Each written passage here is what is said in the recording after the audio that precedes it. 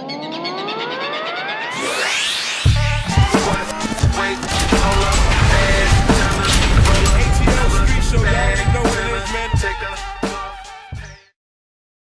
up, YouTube? This your boy Download back with another industry talk, man. First, let's talk about DJ Drama.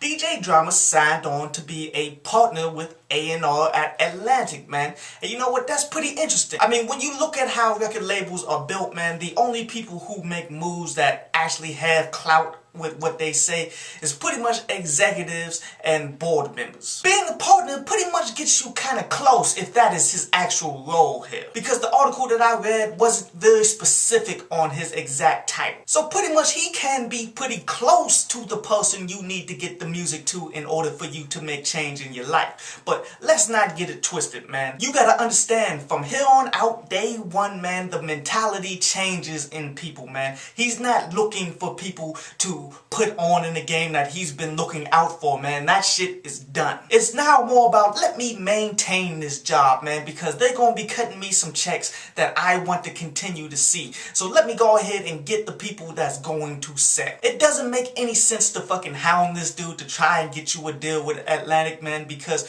one, his mentality isn't going to be the same.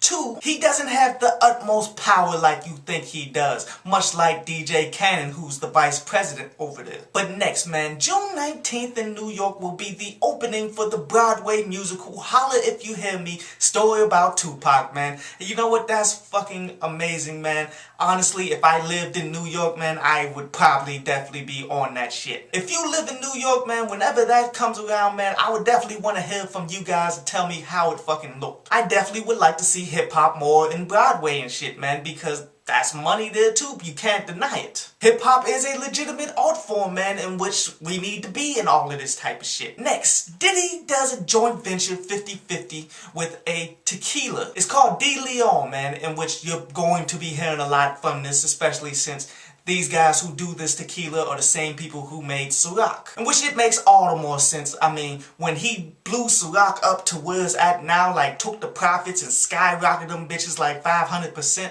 why not include him with your tequila line? Why not put him on everything that you fucking got? So big ups to Diddy, man. Always pushing the boundaries, man. Always trying to get more. I definitely like that aspect of him. And lastly, producer 40, who was listed as the producer for this Aaliyah project that was going to be with Drake, came out and said that the project's just not coming out. Says that all of the negative reactions that people have been sending towards them, man, they ended up canceling it. Which, that don't make no goddamn sense. When has negative reactions ever stopped anybody from putting out albums and shit from somebody that's dead? Therefore, I think it gives more credit to Timbaland when he said he doesn't believe that this project actually exists. They may have been trying to scrap together like little bits and pieces of music that no one ever heard before and try to make something big out of it that really shouldn't have been there. But ultimately, when motherfuckers in the music industry say that they're not doing something because of how the people feel, instead of following the natural greed that everyone in this game have, then somebody's talking some bullshit. That's always been my mentality, man. But anyway, this was another